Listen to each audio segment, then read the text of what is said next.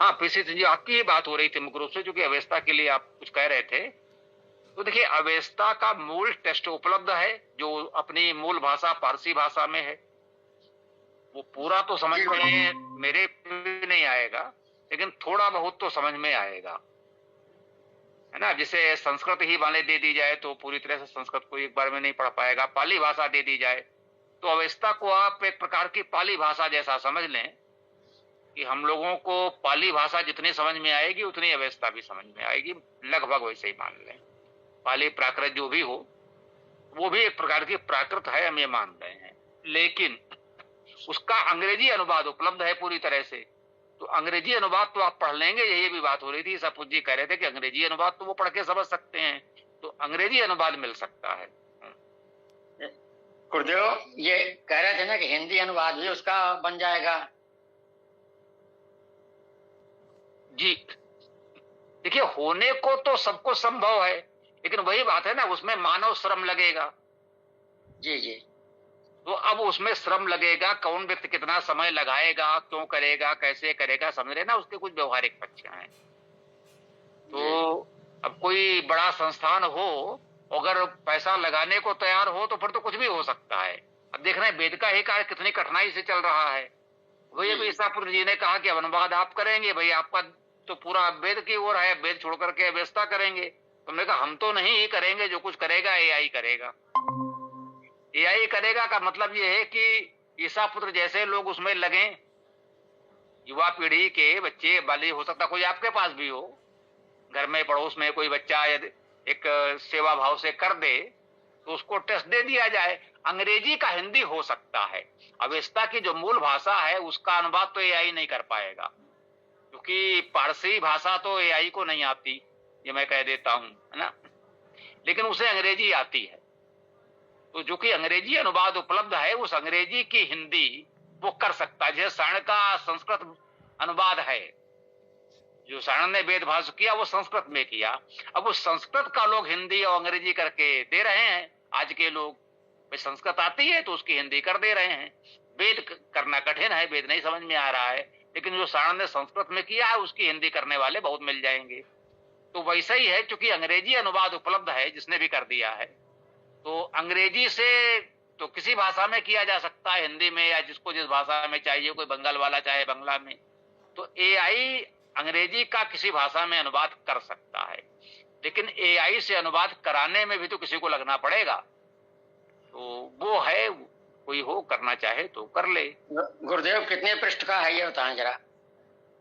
1000 से कम पृष्ठ हैं जो मूल है, बता रहे थे। इंग्लिश वाला? ये शायद पारसी वाला जो मूल है। अंग्रेजी वाला कितना है ईसा पुत्र जी, कुछ अनुमान हो तो बता दें। लगभग उससे कम ही लगभग बता होगा, दें। उससे कम होगा, 1000 से कम होगा। अच्छा, तो ठीक है, जब हम बात कर लें। अच्छा, एआई से हो जाता है? हो हाँ, अंग्रेजी से अनुवाद हिंदी एआई कर देगा। पारसी भाषा तो उसे नहीं आती, वो नहीं कर पाएगा, लेकिन अंग्रेजी से कर देगा। जैसे ठीक, अपन गुरुदेव, हम बात करते हैं लोगों से। अब हमें तो हम तो एआई ही नहीं जानते क्या होता है, तो बात करेंगे। कुछ लोग हमारे परिचित हैं, उनसे बात करेंगे। अगर वो कर देंगे तो उनको उनकी फीस दे देंगे। यदि और जरूरी जैसा है भी होगा। पीसी सिंह जी, तो मैं खुद भिड़ जाता हूँ, मैं ही कर दूंगा एआई से। जो अपना गूगल जेमिनाई प्रो है ना, उसमें भिड़ जी जी। जाता हूँ मैं खुद ही करके आपको डॉक फॉर्मेट में आपको दे दूंगा। तो अगर आप कर दें तो बड़ी अच्छी बात है। अब ये समय जो भी लगेगा, तो जो आपका शुल्क होगा वो शुल्क पेमेंट कर देंगे। नहीं नहीं, शुल्क की कोई बात नहीं है, वो तो सिंपल सा वर्क अरे है। नहीं भैया, अनावश्यक। आप अनुवाद करेंगे तो उसके लिए शुल्क तो चाहिए ही। पेपर भी नहीं लगेगा नहीं नहीं, मैं शुल्क नहीं और भी लूंगा। मटेरियल। नहीं नहीं नहीं, सुन लीजिए सुन लीजिए, जी ये सारा कार्य जो होगा वो सब हवा में होगा। ये सब पेपरलेस वर्किंग है, कागज कलम का कोई प्रयोग नहीं होगा, आपने सुन रहे हैं। बस केवल थोड़ा समय श्रम तो लगेगा, इसमें कोई संदेह नहीं है। कागज कलम का कोई उपयोग नहीं होगा, समय श्रम लगेगा। और वो जो करके देंगे वो आपके किसी उपयोग का नहीं होगा, ये भी बता दें, जो हम आप समझ रहे हैं एक दूसरे को। ईसा पुत्र जी यदि कर देंगे तो वो करके गौरव को दे देंगे, गौरव उसको छाप के पुस्तक बना के आप तक पहुंचा देंगे। ये प्रक्रिया होगी। मैं ना वो हमारे किए नहीं होगा, आपके नहीं होगा, लेकिन यदि ईसा पुत्र जी या कोई नई पीढ़ी का बच्चा इसको कर देगा और वो करके गौरव को भेज देगा, वो सब ऐसा ही ऑनलाइन जाएगा, कागज वागज कुछ नहीं होगा। उसको छपवा करके बाइंड करा के पुस्तक के रूप में भेजना, ये गौरव का कार्य है, ये वो कर देंगे, ये मैं कह सकता हूँ। ये तो जो हम लोग करते ही करते हैं।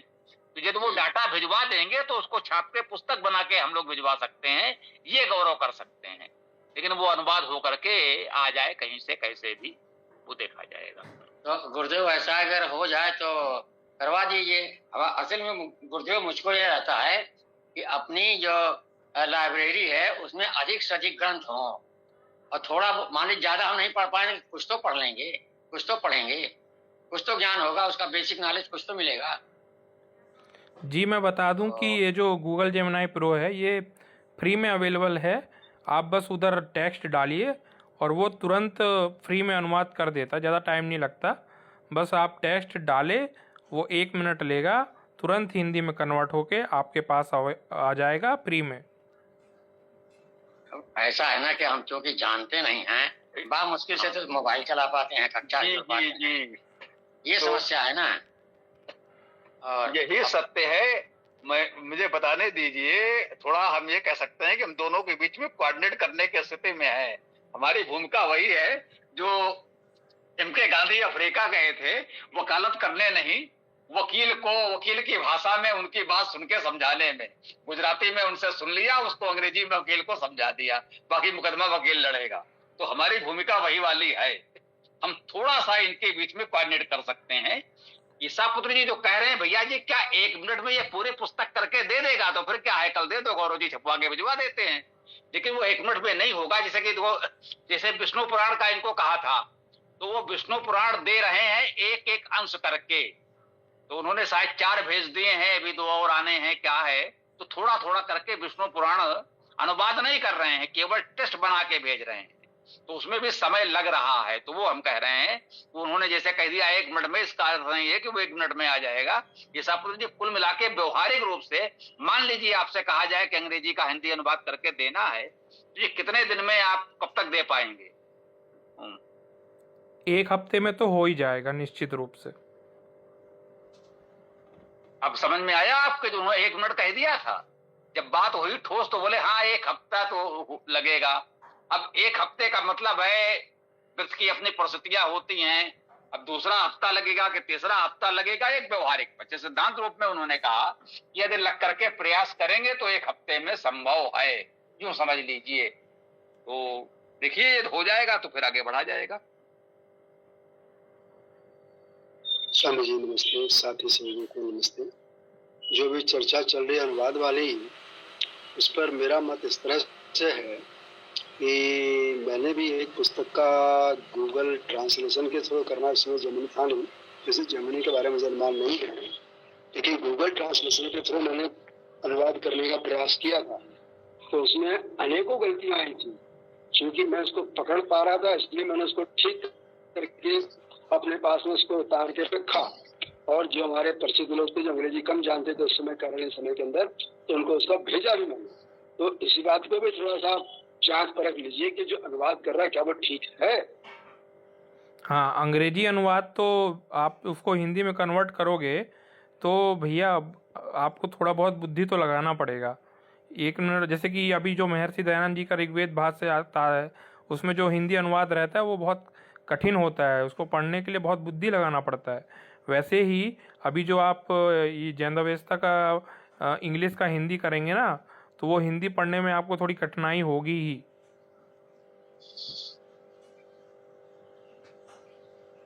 उसके साथ साथ में ये भी देखना पड़ेगा कि जो वो अनुवाद करके दे रहा, क्या वो अनुवाद ठीक है। कठिनाई तो ठीक है, जैसे तैसे निकल जाएगी, लेकिन क्या अनुवाद ठीक हो रहा है। जी भाई, हम लोग व्यवहारिक बात कर रहे हैं। जो आप कह रहे हैं हरीश जी बिल्कुल ठीक है, ये बात हम पहले ही कह चुके हैं कि व्यक्ति भी करता है तो भूल चूक होती है। एआई अभी नई अवधारणा है, वो मशीनी अनुवाद है, वो गलतियां तो करेगा, इसमें कोई संदेह नहीं। अब ये है कि आपको अंग्रेजी आती है, उसका वो हिंदी अनुवाद करके देगा, एक कुछ सरलता हो गई। हमने पहले ही कहा था वो टूटी फूटी हिंदी में करेगा, जैसी हिंदी बंगला उड़िया तमिल वाले बोलते हैं, जो हिंदी हिंदी प्रदेश के लोग बोलते हैं, वैसी हिंदी नहीं। जो समझिए टूटी फूटी हिंदी में कुछ वो करके दे देगा कि मैंने आप बात को समझ सकें। वो कहीं परीक्षा में देने वाला या कोई बड़ा प्रामाणिक अनुवाद नहीं होगा। उसने ढांचा बना दिया। अब उसके बाद फिर वही बात आ रही, अब आप किसी सुयोग्य संपादक को नियुक्त करें तो उसका वो उचित संपादन करके एक बहुत अच्छा सा टेस्ट अनुवाद करके आपको दे देगा। यहाँ व्यवहारिक बात हो रही, क्या कितना संभव है। एआई से एक सीमा तक हो सकता है। आपने पूरी बात नहीं सुनी है, यही बात हो रही है कि एक सीमा तक वो आपको दे सकता। अंग्रेजी उपलब्ध है, अंग्रेजी पढ़ सके तो वो कर लें। जो अंग्रेजी लग रहा है चलो भाई थोड़ा हिंदी हो जाएगा तो और सरल हो जाएगा। टूटी फूटी हिंदी को समझ में आने वाली दे देगा। बहुत प्रामाणिक परिमार्जित भाषा की उससे अपेक्षा न करें। एआई अनुवाद करता है, कई बार परीक्षाओं में उसने गड़बड़ कर दिया है, तो सब तो उदाहरण है। स्वामी जी, मेरा अनुभव इस तरह से है कि मैंने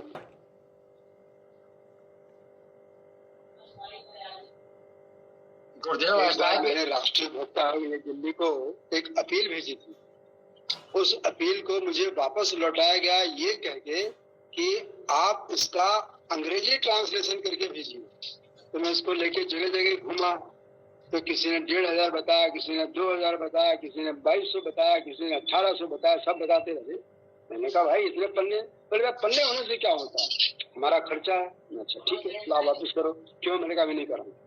फिर मैं थोड़ा जुटा उसमें, हालांकि मुझे 10-15 दिन लगे। मैंने उसको ट्रांसलेट किया और ट्रांसलेट करने के बाद आखिर में एक लाइन जरूर लिखी मैंने हर ट्रांसलेशन के नीचे कि in case of diffusing discrepancy Hindi version will be referred. तो जब मैं वहां तर्क के लिए खड़ा, जज बोला ट्रांसलेशन किसने किया? सर आवेदक। अच्छा आप जानते हैं?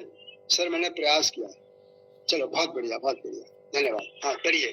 तब फिर उससे सुनवाई। तो कुल मिलाकर कहने का सार ये है कि ट्रांसलेशन के नाम से क्या क्या हो सकता है इसका इस घटना से अंदाजा लगा लो, जिसको जज को भी बोलना पड़ा। जी गुरुदेव, ऐसा है कि जैसे ट्रांसलेशन सायणाचार्य का, उवट का, महीधर का किया गया है, तमाम सारी त्रुटियां हैं उसमें भी। उसको कौन सा प्रमाणित माने? जैसे यही किया गया है तो क्या क्या उसका प्रमाण मानेंगे हम? जो है वो है, बस इतना मान के चलना पड़ेगा।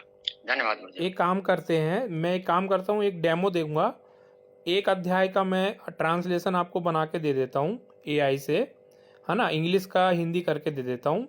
यदि आपको सही लगेगा तो मैं पूरा अवेस्ता का करके दे दूंगा। ठीक है, अगर आपको सही लगेगा कि भैया हाँ ट्रांसलेशन सही आ रहा है तो मैं पूरे का बना के दे दूंगा। ये कैसा रहेगा? ये तो करना ही पड़ेगा, इसमें कोई संदेह नहीं। इसे विष्णु पुराण ही टेस्ट दे रहे हो थोड़ा थोड़ा करके, तो एक थोड़ा सा वर्जन एक पेज का ही पहले करके दें और लगे कि हाँ कुछ उपयोगी है तो फिर आगे बढ़ा जाए। उनको ये लग रहा था कि भाई आज हम लोगों ने अनौपचारिक चर्चा आरंभ की थी और पूरा समय इसी में हो गया, तो ये भी एक पक्ष है। सबसे प्रामाणिक तो यही है कि अंग्रेजी का जो अनुवाद है जो कि विद्वानों ने किया है अवेस्ता का, पीसी सिंह जी, यदि आप उसको पढ़ेंगे तो ज़्यादा अच्छा रहेगा।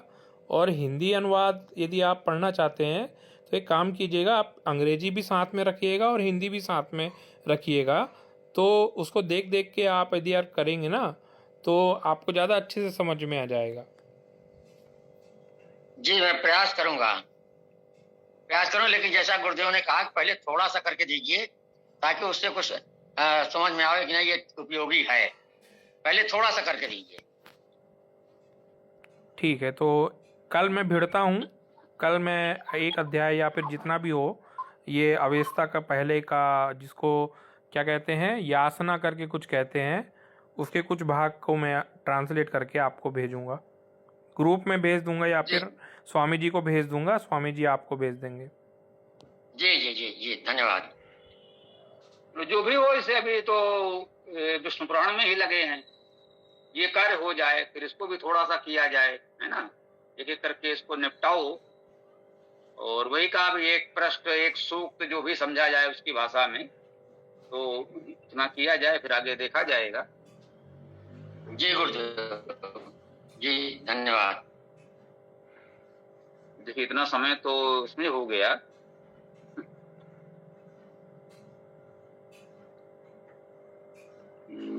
गुरुदेव मंत्र हो सकता है, अभी बहुत समय है। जी प्रयास करते हैं।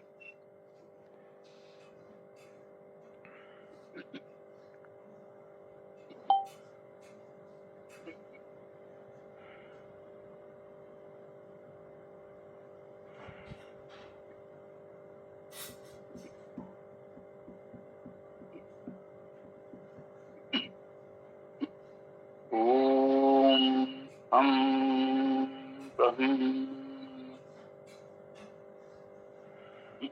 ओम यम यमी सूक्त ऋग्वेद मंडल 10 सूक्त 10 मंत्र 12।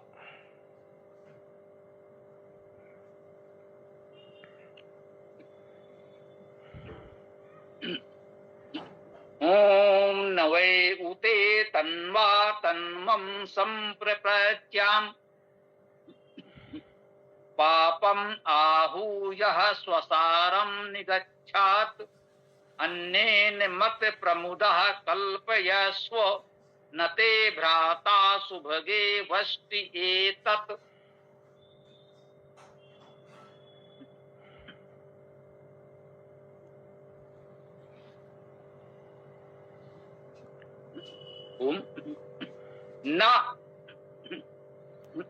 ना का अर्थ नहीं, हम सब जानते हैं।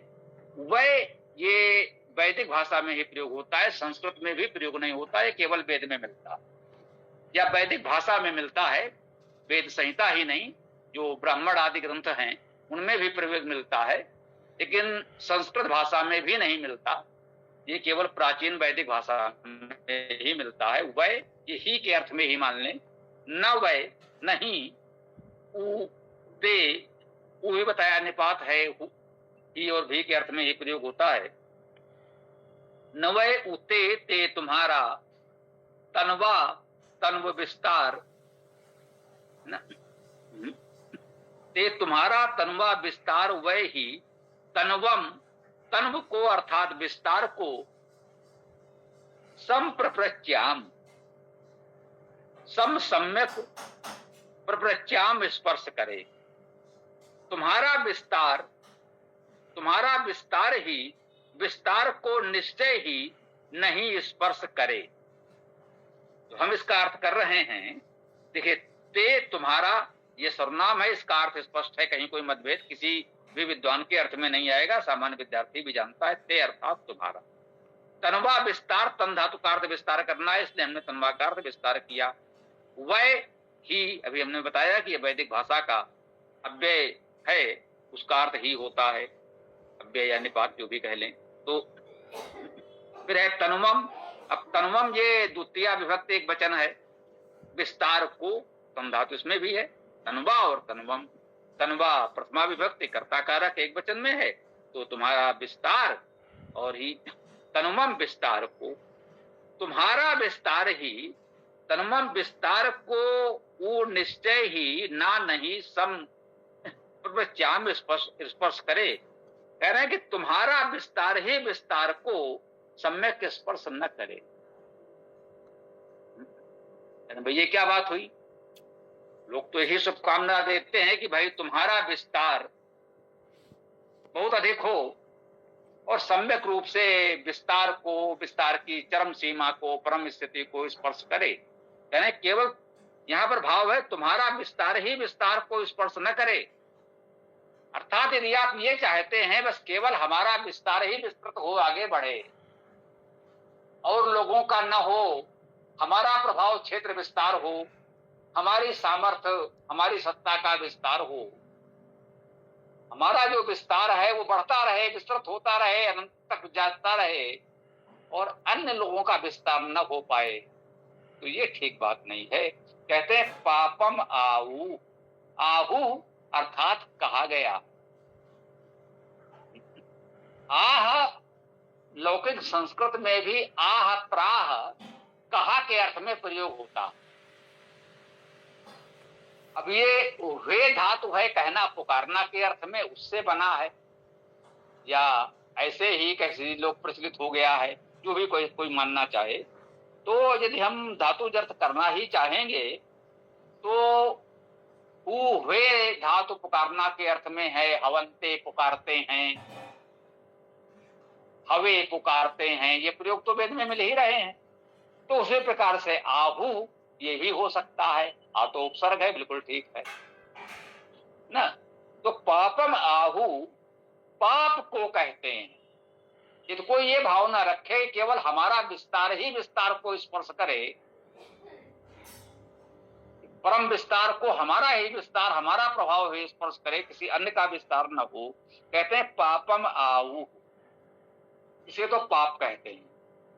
वेद की संस्कृति में, वेद की भावना में पापम आहू ये तो पाप है, इसे तो पाप कहते हैं। क्या?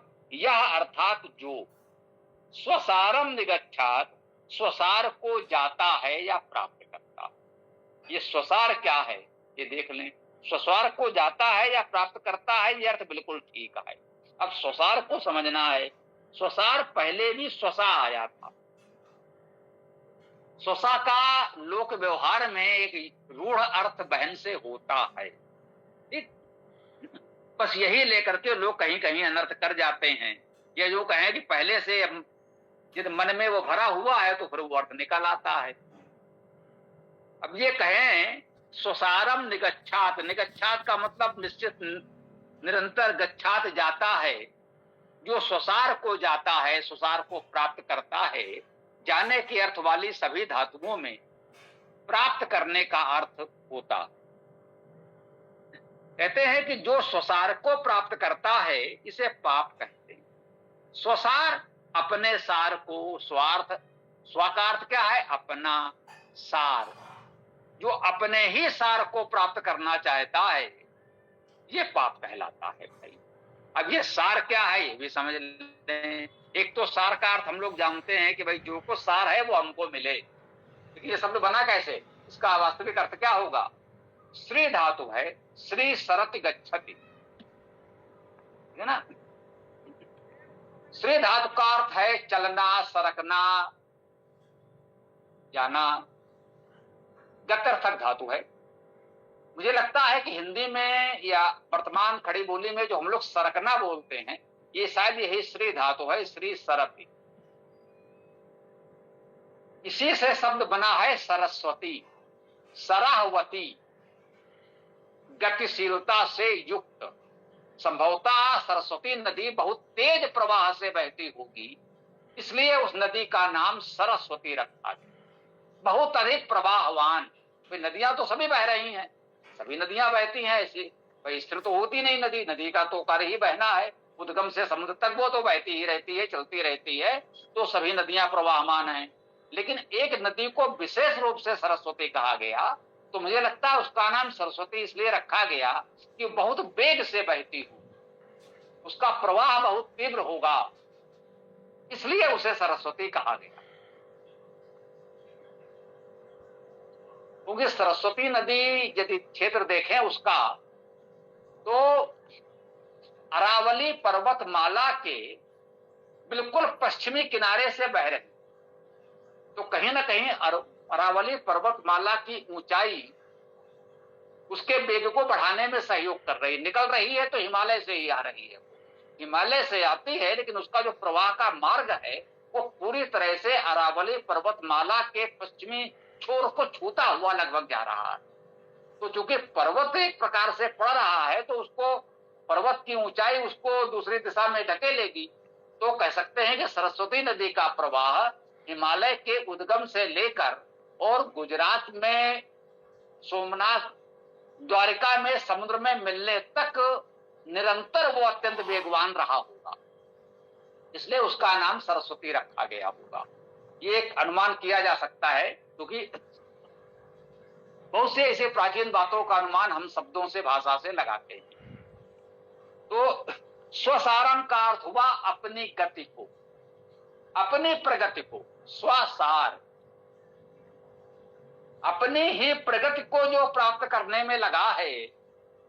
पापम आहु यह स्वसारम निगच्छात, कहते हैं इसे तो पाप कहते हैं जो अपने ही गति प्रगति में लगा हुआ हो। जैसे पहले पंक्ति में क्या कहा, नवय उते तनवा तनवम संप्रपच्याम, कि मैं तुम्हारे विस्तार को, कहते मैं अपने विस्तार को तुम्हारे विस्तार से मिलाऊं, या यूं कहें कि तुम्हारे विस्तार को विस्तार से मिलाया जाए, केवल तुम्हारे विस्तार को ही विस्तार से मिलाया जाए। जब ऐसी भावना रखें कि हमारा ही विस्तार हो, तो ये तो पाप कहते हैं कि जो अपने ही प्रगति को चाहता है, अपने ही प्रगति को प्राप्त करता है, तो इसे तो पाप कहते हैं। अन्येन मत प्रमुदा कल्पयस्व, क्या कह रहे हैं, अन्येन, अन्य द्वारा, मत मुझसे, मुझसे अन्य के द्वारा। ये मुझसे जो आया है, ये पंचमी विभक्ति एक वचन है। पंचमी विभक्ति अपादान कारक, अर्थात इसमें अलग होने का भाव होता है। जिसे कहते हैं पेड़ से पत्ता गिरा, तो ये पंचमी विभक्ति अपादान कारक है, वो पेड़ से गिरा, पेड़ से अलग हो गया। और जैसे हम कहते हैं कि भाई हम गाड़ी से गए तो गाड़ी में बैठे रहेंगे तभी गाड़ी से जाएंगे, तो जब ये यहां तृतीया विभक्ति होती है तो अन्येन में तृतीया है। अन्येन अन्य के द्वारा, अन्य के साथ, मुझसे अन्य के साथ, अन्य के द्वारा, प्रमुदा, प्रा उपसर्ग प्रमुख रूप से, मुदा, मुद, मुदित होना, आनंदित होना, ये बहुत लोग प्रचलित शब्द है, मुद धातु है, मुदित होना, आनंद होना। तो मुझसे अन्य के साथ आनंद करो, प्रमुदा कल्पयस्व, कल्पना करो, मुझसे अन्य के साथ आनंद की कल्पना करो। जीवन में आनंद तो चाहिए, लेकिन जो भी मान ले कोई अपना ही तो होगा जो ये बात कह रहा है। कभी कभी होता है कि हम अपने परिवार में या अपने किसी विशेष से बहुत अधिक लगाव हो जाता है। प्रेम होना, लगाव होना, अपनत्व होना बहुत अच्छी बात है, होना ही चाहिए, परिवार में, समाज में होना चाहिए। लेकिन अतिरेक हो जाना, कहते हैं अधिकता किसी भी बात की अच्छी नहीं होती। अति सर्वत्र वर्जये, जब अत्यधिक लगाव हो जाए कि उसके अलावा हमें संसार में कुछ दिखे ही नहीं, तो फिर ये अच्छी बात नहीं होती। तो वो कहता है कि अन्येन मत प्रमुदा कल्पयस्व, मुझसे अन्य के साथ तुम आनंद की कल्पना करो, केवल एक के साथ बंधकर मत रहो।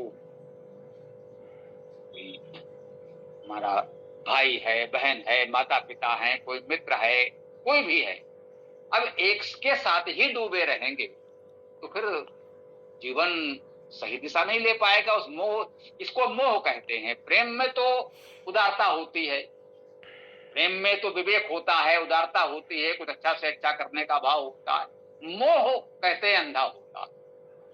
तो ये मोह की स्थिति हो जाती है, जो हम किसी एक से ही बंध गए और कुछ हमें दिख ही नहीं रहा है। तो ये प्रेम की पराकाष्ठा कहें तो अच्छी बात हुई, लेकिन एक सीमा के पश्चात वो मोह हो जाता है जो हानिकारक होता है। तो इसलिए कहा कि मुझसे अन्य के साथ आनंद की कल्पना करो, नते भ्राता सुभगे वष्टि एतत्, कहते ना नहीं ते तुम्हारा भ्राता, भ्राता का शाब्दिक अर्थ है भरण पोषण करने वाला।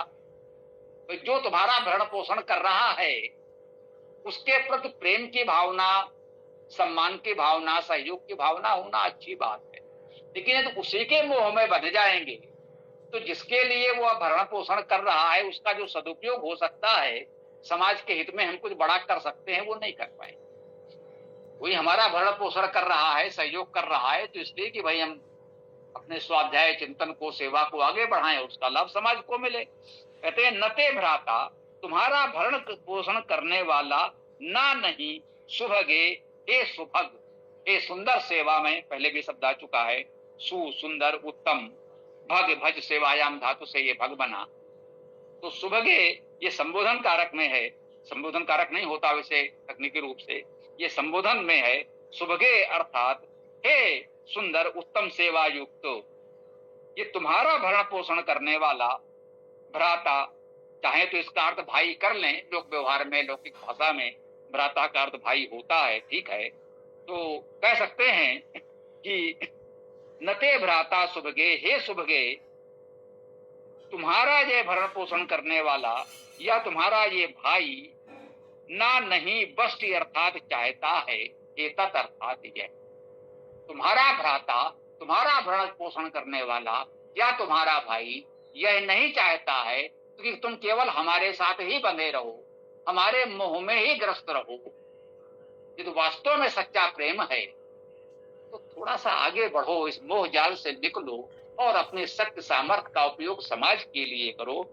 मुझसे अन्य के साथ भी आनंद की कल्पना करो, अपने सुख को विस्तृत कर लो, सबको सुखी बनाओ। ये संदेश हमारी संस्कृति का प्रमुख है। वष्टि क्रिया है, वश धातु है, कामना करना, इच्छा करना। वष्टि का अर्थ यही है, कामना करो, इच्छा करो। कि मुझसे ये कहा है, तुम्हारा भाई या तुम्हारा भरण पोषण करने वाला, हे सुभगे, तुम्हारा भ्राता ऐसी इच्छा नहीं करता है कि तुम मेरे साथ ही मोह में ग्रस्त रहो, मुझसे आगे बढ़ो और अन्य लोगों के साथ भी आनंद करो। देखिए, इसके भावार्थ में कहा जा रहा है,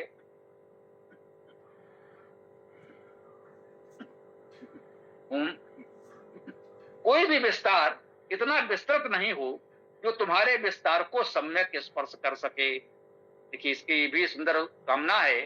हमारा ही लिखा हुआ ये भावार्थ भी है। अभी जो हमने पढ़ा, ये बात हम उस रूप में नहीं कह पाए थे। न केवल तुम्हारा ही विस्तार सारे विस्तार को स्पर्श करे, वो भाव भी ठीक है, शाब्दिक अर्थ वही है। यहाँ लिखा गया है भावार्थ में, कोई विस्तार को स्पर्श सके, अर्थात तुम बहुत अधिक हो, ये शुभकामना है। ये भी और अच्छी बात है। पापम आहु को कहते हैं, अर्थात पाप क्या है ये कहते हैं कि पाप यह है कि जो स्वसारम अर्थात अपने प्रसार के, कितना सुंदर यहाँ पर स्पष्ट हो गया, स्वसार, स्व अर्थात अपना, सार वही आया है। अब प्रा उपसर्ग ले लिया, वही सार, तो क्या हो गया, प्रसार। अर्थ स्पष्ट हो गया। स्वसार का अर्थ वही प्रसार का अर्थ, अर्थात अपने प्रसार गतियों को ही जाएं। गतियों तो वही बताया, श्री सरस्वती गच्छत धातु है, श्री धातु गत्यर्थक है, तो उससे कहा गया अपने प्रसार गतियों को ही जाएं, प्राप्त करें। ये पाप है, ये केवल अपने प्रसार को, अपनी गति प्रगति को ही प्राप्त करें, ये पाप है। अपने ही नहीं, हमें समाज के लिए कार्य करना चाहिए। मुझसे अन्य द्वारा प्रमोद आनंद की कल्पना करें। प्रमुदा, इसी से प्रमोद बन गया। प्रमोद आनंद की कल्पना करें, रचना करें। हे उत्तम सेवित सुभगे, भजनी, तुम्हारा भ्राता अर्थात भरण पोषण करता यह इच्छा नहीं करता है कि मेरे ही आनंद की भावना रखो। आगे विशेष में कहा जा रहा है, इसका भाव है कि अपने और अपने परिवार तक ही आनंद सीमित नहीं रखें, अपने सुख को विस्तार दें और समाज में आनंद का प्रसार करें। तुम विश्व मानवता को आनंदमय बनाओ, यही उत्तम मानव जीवन है। पापम पद को पत धातु से व्युत्पन्न माना जा सकता है। पत धातु का अर्थ है गति करना, गिरना, ऐश्वर्य होना। पाप का अर्थ पतन होना, गिरना है। पाप शब्द प्रातिपदिक में पा धातु तथा पत धातु का लघु रूप पा मानकर भी व्युत्पत्ति की जाती है। पा धातु का अर्थ है पालन करना, रक्षण करना। पत धातु का अर्थ है गति करना, गिरना। इस प्रकार पाप शब्द प्रातिपदिक का अर्थ है पालन रक्षण से पतित होना, गिरना। ऐसे पतित लोगों को पापी कहते हैं। किसी के पतन में अपना ऐश्वर्य मानना भी पाप ही है। संस्कृत भाषा में पाप पद का अर्थ पाप करने वाला, पापी, पतित भी होता है। ये पाप शब्द को लगा कि ये शब्द कैसे बनेगा, किस धातु से कैसे बने, तो थोड़ा प्रयास किया गया। इसीलिए यहाँ विशेष में लिख दिया गया कि किसी के मन में और जिज्ञासा हो, कहीं चर्चा में कोई पूछ दे, कोई बात आ जाए, अरे भाई आप सब लोग धातु जर्थ की बात करते हो, ये पाप शब्द कैसे बना? तो होता क्या है, पाप शब्द इतना प्रचलित है कि इसमें कोई धातु होगी क्या होगी, लोगों का ध्यान ही नहीं जाता। स्वाभाविक है, जो शब्द हम अभी बोलचाल में इतना प्रयोग कर रहे हैं तो उसमें बहुत धातु खोजने की आवश्यकता नहीं है, वो तो समझ में आ ही रहा है, अर्थ तो वही है। धातु अर्थ कर लेंगे तो कोई परिवर्तन होना नहीं है। तो बहुत से शब्द हम भी ऐसे चला देते हैं, सब में बहुत अर्थ नहीं होता है। ये मंत्र क्या अर्थ करते समय हमने भी पाप शब्द में कोई धातुवाद नहीं बताई, लेकिन विशेष में लिख दिया गया है कि जिसको आवश्यकता हो वो यहाँ से जानकारी करके उपयोग कर सकता है। तो मंत्र की बात यहाँ पूर्ण होती है। आगे और कोई विषय हो तो ले सकते हैं। तो गुरुदेव अनुमत हो तो मैं आर्य समाज का भी पढ़ दूं। जी पढ़ दीजिए। वहां उन्होंने वही भाई बहन बताया होगा। हाँ भाई बहन नहीं तो पता दिखा यहाँ ये और पढ़िए, देखना पड़ेगा कि जैसे वो भ्राता स्वसारम, तो यहाँ भाई बहन तो दिख रहा है, इसको उन्होंने पत्नी में कैसे बदला है ये जानना रोचक होगा।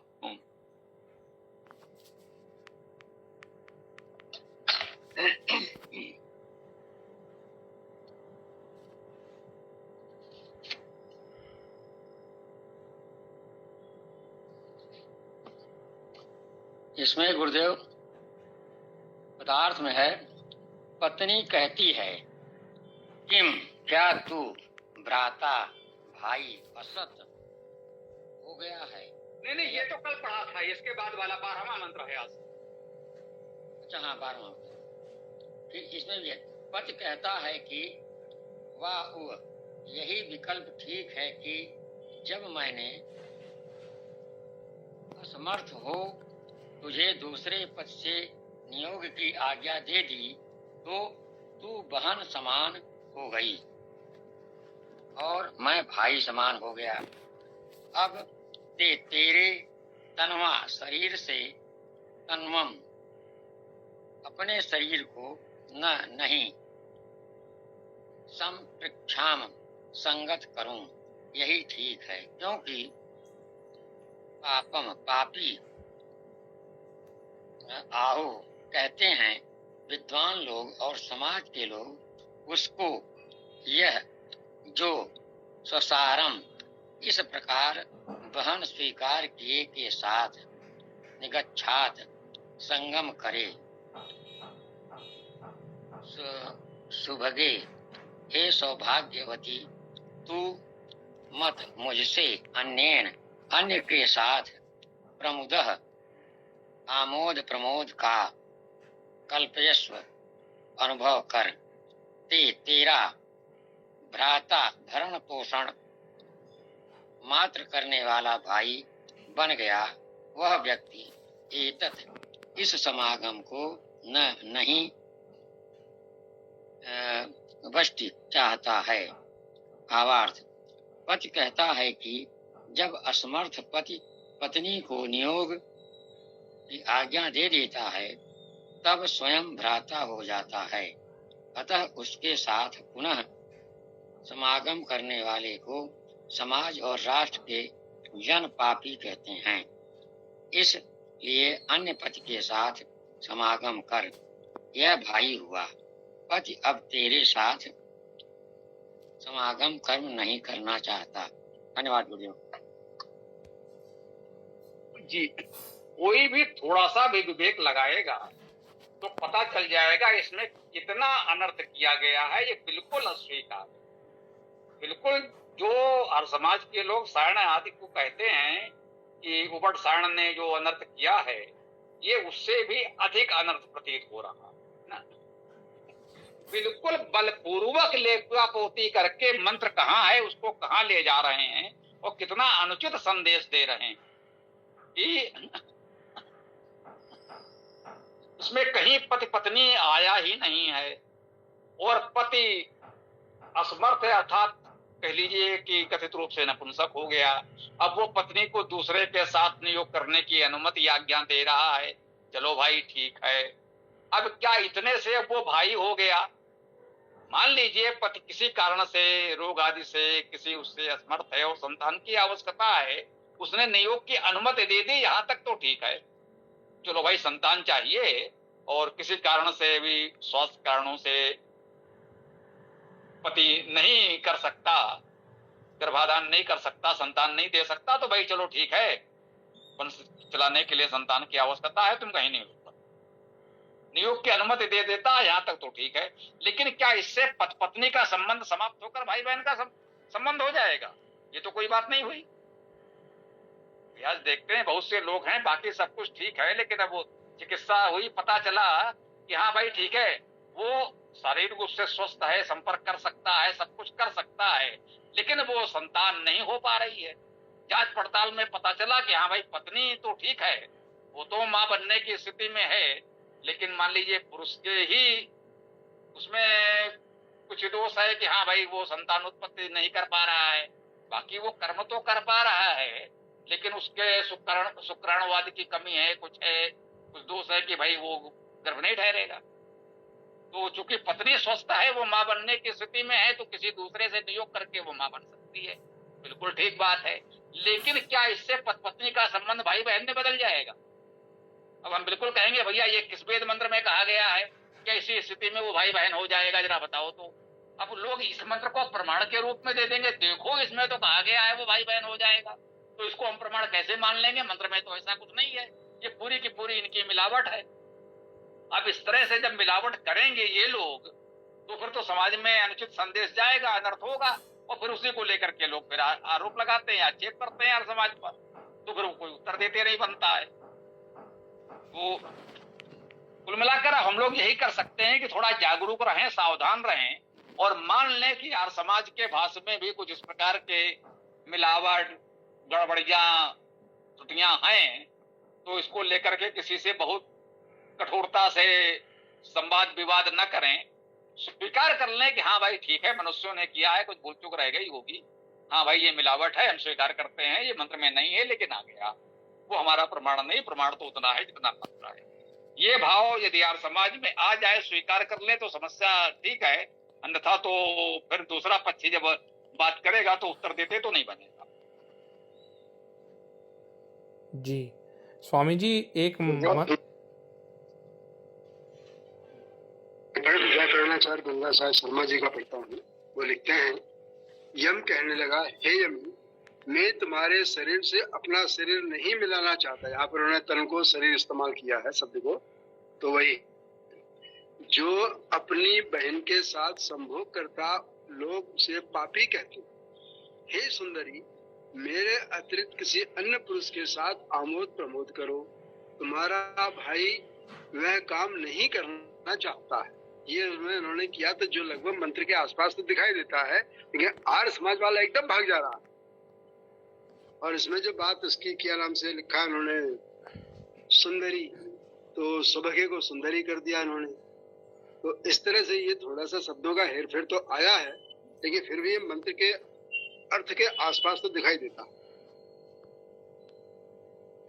गुरुदेव, आर्य समाज वाले ये कहते हैं, इस तरह की बातें जब आती हैं तो ये कहते हैं कि भाई अलग अलग विद्वानों का मत है, ये विद्वान ऐसा कह रहे हैं, उनका यही मत है और ये सही है।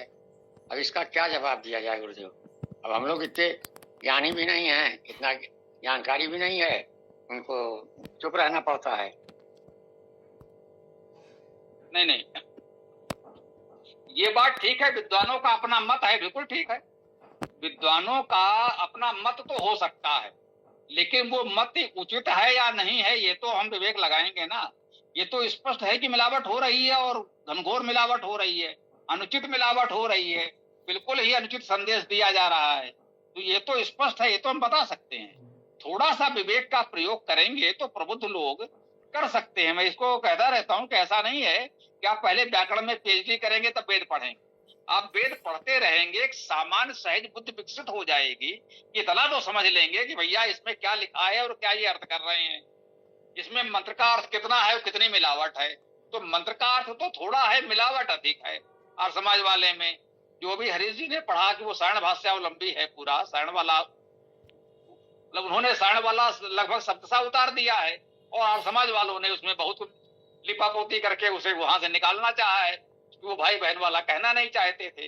अब देखिए, इसके पहले वाले मंत्र में शायद सारण वाले भाष्य में ही आया था कि उसमें कुछ दूसरी बात आ गई थी, हाँ, कि भविष्य में लोग बहन से अलग अन्य से विवाह करेंगे, कुछ इस प्रकार की बात पिछले किसी मंत्र में उन्होंने अर्थ किया था। अर्थात उस समय सब भाई बहन ही विवाह करते थे। क्या बात हुई?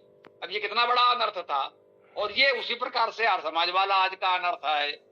अब वो माने भ्राता है तो भ्राता हो गया है, अब इस कारण से, अरे भाई भ्राता है, अगर उसका भाई अर्थ करना है तो भाई कर लो भाई, हालांकि भरण पोषण करता उन्होंने अर्थ किया है, तो वो भरण पोषण करता भाई के समान हो गया है।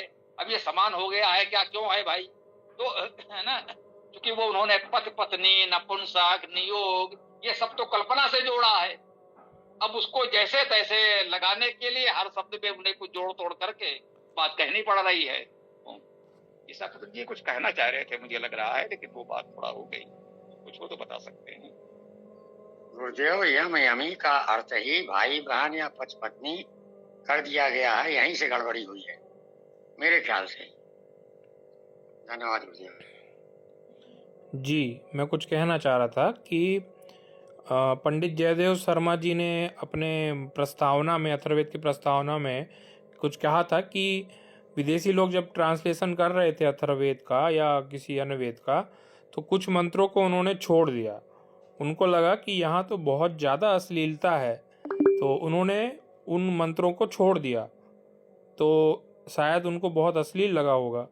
इसी प्रकार से सोमो विविध उत्तरा करके एक मंत्र आता है, वहाँ पे लिखा है कि स्त्री का पहला पति अग्नि होता है, दूसरा सोम होता है, तीसरा अमुक होता है, चौथा ये होता है। इनमें भी मुझको लगता है कि मिलावट बहुत हुई है, क्योंकि स्त्री का पहला, दूसरा, तीसरा, चौथा पति भी कहाँ से हो गया? क्या एक ही पति नहीं हो सकता? तो इसमें भी मुझको लगता है मिलावट हुई है। और अभी भी बहुत से मंत्र आर्य समाज वाले भी ठीक नहीं कर पाए हैं, ये भी मैं स्वीकार करता हूँ। ये जो तुमने पढ़ा है ना, वो प्रथमा विविधे अग्नि द्वितीयो, ये हमारे वेदायन में है, देख लेना, ठीक है ना। ये गृहस्थ सूक्त है ऋग्वेद का, जो हरीश जी बहुधा बताते रहते हैं, तो ये देख लेना विषय सूची से, गृहस्थ सूक्त ऋग्वेद में है और उसमें ये मंत्र आया है, वहां मिल जाएगा। और वहां कोई समस्या नहीं, बहुत सुंदर मंत्र है ये, बहुत प्रेरणादायी उत्तम मंत्र है। वहां ऐसा कोई अनर्थ नहीं है जैसा लोग कल्पना कर रहे हैं। पूरा मंत्र ध्यान से पढ़ो तो आनंद आ जाएगा। वेदांत में देख लेना, उसमें है। जी जी, धन्यवाद स्वामी जी।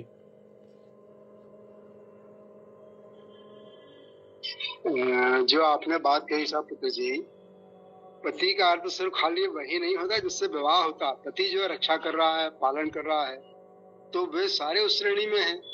और अंतिम पति जो हमारे सामने स्थूल शरीर भौतिक रूप में है, वो है। तो ये बात तो ठीक आ रही ना, गलत कहाँ हो रही बात? कि वो मैंने कह दिया, देख लेंगे। जो आपने बताया है, हरीश जी जो बोल रहे हैं हमारे वेदांत से ही बोल रहे हैं। दीनानाथ जी आपने हाथ उठाया है, कुछ कहना है, क्या बताएं? जी, ओम नमस्ते भगवान। मैं कहना यह चाहता हूं कि आप लोगों को मालूम होगा, एक पुराण लिखा गया, हरिवंश पुराण। वो कितना सत्य कितना असत्य आप सब लोगों को मालूम है। इससे यह होता है प्रतीत कि वह देश काल परिस्थिति ऐसी थी, लोगों को जबरदस्ती लिखवाया गया। तो लोगों ने जो भाष्य किया, हो सकता है उसमें परिस्थितियां जैसी रही होगी, लोगों को करना पड़ा हो सकता है, एक बात। दूसरी बात यह है कि लोगों ने इतना तो अच्छा किया कि उसका अर्थ भले अनर्थ किया, परंतु मंत्रों में हेरफेर तो नहीं किया। जी मैं कहना चाहता हूँ, हो सकता है। ओम नमस्ते। ठीक है, ये तो हमने कहा कि उबट सायण ने जो भी किया, भले ही अर्थ में उतना अच्छा न हो, लेकिन वेद को सुरक्षित रखा। उन्हीं के भाष्य के आधार पर वेद पढ़ा जाता रहा, जैसा भी थोड़ा बहुत। और दयानंद जी को वेद मिला, अन्यथा हो सकता है दयानंद जी को वेद मिलता ही नहीं, वो तो क्या करते। तो दयानंद जी को वेद का मूल पाठ मिला, किया कराया अर्थ मिला। तो आर्य समाजियों ने जो पहले का अर्थ किया था, उसी में थोड़ा सा हेर फेर करके, जो उनको बहुत आपत्तिजनक लगा, उसमें थोड़ा सा सुधार कर दिया अपने दृष्टि में। और वही सुधार करने का उदाहरण आज हम लोगों ने देखा कि सुधार के नाम पर कहीं कहीं पहले से भी अधिक बिगाड़ दिया। तो पहले का जो किया कराया साढ़ भाष्य मिला, और समाज ने उसी में थोड़ा बहुत सुधार, परिष्कार, लिपा पोती जो भी कहले कर दिया है, कहीं कहीं सुधार दिया है, कहीं कहीं अधिक बिगड़ गया है। स्वामी जी, अभी के कुछ विद्वान लोग ये कह रहे हैं आर्य समाज में कि नियोग का वर्णन वेद में नहीं है। क्या ये बात ठीक है स्वामी जी? जी, अब तक मुझे तो नहीं मिला है, लेकिन अब देखिए ये पूरा यमयमी सूक्त उन्होंने नियोग पर डाल दिया है। यदि आर्य समाज के लोग ये कह रहे हैं तो बहुत अच्छी बात है, उनका हम सम्मान करेंगे, स्वागत करना चाहिए। उनसे कहिए वेद में नियोग नहीं है, आपकी बात बिल्कुल ठीक है, यह यमयमी सूक्त पढ़ के बताइए, इसका जो अर्थ किया गया है ये फिर अनर्थ हुआ कैसे? ऐसा नियोग मतलब मन में भर गया आर्य समाजियों के कि कुछ लोग जो उपहास में, निंदा में आर्य समाजियों को नियोगी, है ना, दयानंद को नियोगानंद और आर्य समाज को नियोग समाज आदि कुछ कहते हैं, तो वो इसीलिए कि नियोग की बात दयानंद जी ने की एक विशेष परिस्थिति में कि भाई ऐसा किया जा सकता है, ऐसी हमारे यहाँ परंपरा रही है, इतना तो ठीक है। लेकिन ऐसा नियोग मन में भर गया कि अच्छे अच्छे मंत्रों में बलपूर्वक नियोग ठूस करके उसका अनर्थ सत्यानाश कर दिया जाए, ये तो नहीं होना चाहिए था। तो ये कोई आर्य समाज का विद्वान कह रहा है कि वेद में नियोग नहीं है, तो तुरंत स्वीकार कर लीजिए महोदय, आपकी बात बिल्कुल ठीक है, आपने बड़ा परिश्रम किया है, इतनी अच्छी बात बताई है। अब जरा यमयमी सूक्त का अर्थ पढ़ लीजिए और ठीक कर दीजिए इसको, इसमें जो नियोग ठूसा गया है इसे हटा करके जरा इसका ठीक अर्थ बता दीजिए, वरना अपने वेदायन में तो है ही। ओम। धन्यवाद स्वामी जी।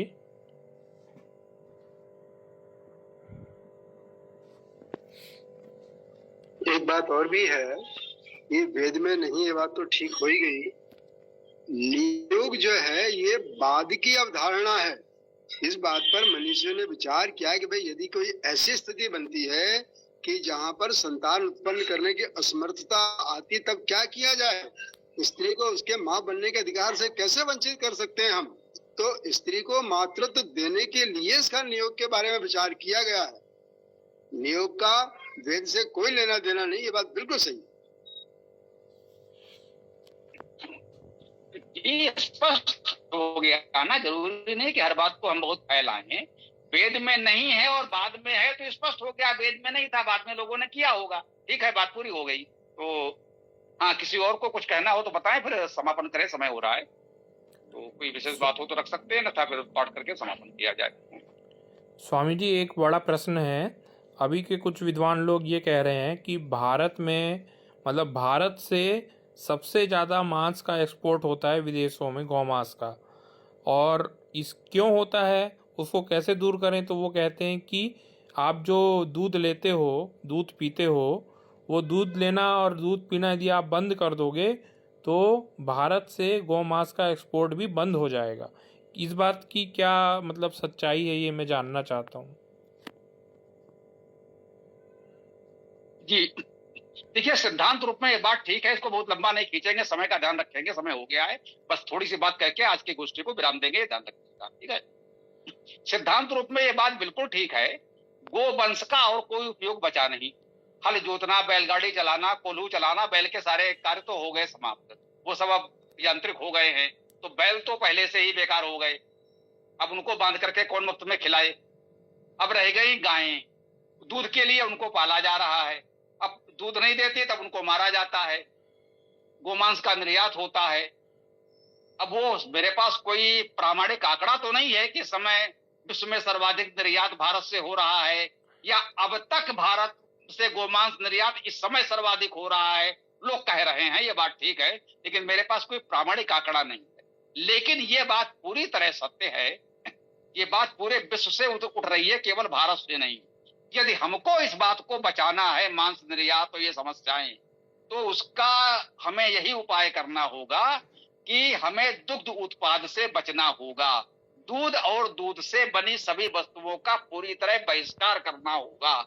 जब तक आप ये नहीं करेंगे तब तक लोग गाय पालेंगे दूध के लिए, जब वो दूध नहीं देगी तो काट के खाएंगे, और कोई विकल्प ही नहीं है। मतलब सीधी सी बात है, यदि दूध हमें चाहिए ही नहीं तो हमें गाय रखनी ही नहीं, है ना, क्योंकि अब खेती के लिए या बैलगाड़ी के लिए तो हमें बैल चाहिए नहीं, दूध हमको चाहिए नहीं, गाय की आवश्यकता ही समाप्त। अब गाय अपना प्राकृतिक जीवन जिए, जो भी गाय हैं वो जंगलों में, चरागाहों में, जैसे भी चाहें वो अपना प्राकृतिक जीवन जिए, जैसे भी जिए या मरे। जैसे वनों में पशु रहते हैं, है ना, वहां हिरण है, भैंसे हैं, गाय, जो भी वन में जैसे वनचर पशु रहते हैं, वो अपनी घास चरते हैं, अपना जीवन जीते हैं। कभी चीता बाघ उनको मार के खा भी जाता है, वो एक प्राकृतिक जीवन है उनका। उनको घास चरना है, अपना भोजन करना है, और अपनी रक्षा कैसे करनी है। जो मांसाहारी पशु हैं उन्हें मारकर खाते हैं, वो भी उनका स्वाभाविक प्राकृतिक व्यवस्था है, उससे अपनी रक्षा कैसे करनी है, जैसे कर पाते हैं करते हैं। मतलब हम गाय को अपने खूंटे से बांधे नहीं अपने स्वार्थ के लिए, कि जब हमारा स्वार्थ है तो हम उसे भूसा खिला रहे हैं, और जब दूध नहीं मिला तो काट के स्वयं खा रहे हैं। तो भैया उनको प्राकृतिक स्थिति में छोड़ दो, ईश्वर की व्यवस्था के अधीन। जब तक जिसका जैसा जीवन चलेगा चलेगा, नहीं चलेगा नहीं चलेगा। आप ये चिंता छोड़ दीजिए, आपके के लिए ये कुछ नहीं होगा। तो ये मांग, ये विचार इस समय पूरे विश्व में चल रहा है। इसको वीगन जैसा कोई नाम दिया गया है कि आप फिर पूरी तरह वेजिटेरियन हो जाइए, केवल कृषि उपज पर निर्भर हो जाइए। पशुओं का कोई उत्पाद चाहिए ही नहीं, केवल मांस का नहीं, पशुओं को दूध आदि का भी बहिष्कार कर दीजिए, तभी आप इस गो हत्या के पाप से बच पाएंगे, अन्यथा ये होता रहेगा। अब वेदाष्टक का पाठ करें, समापन करें। शेष चर्चा यदि इस विषय पर करनी होगी तो कल कर लीजिएगा। धन्यवाद स्वामी जी।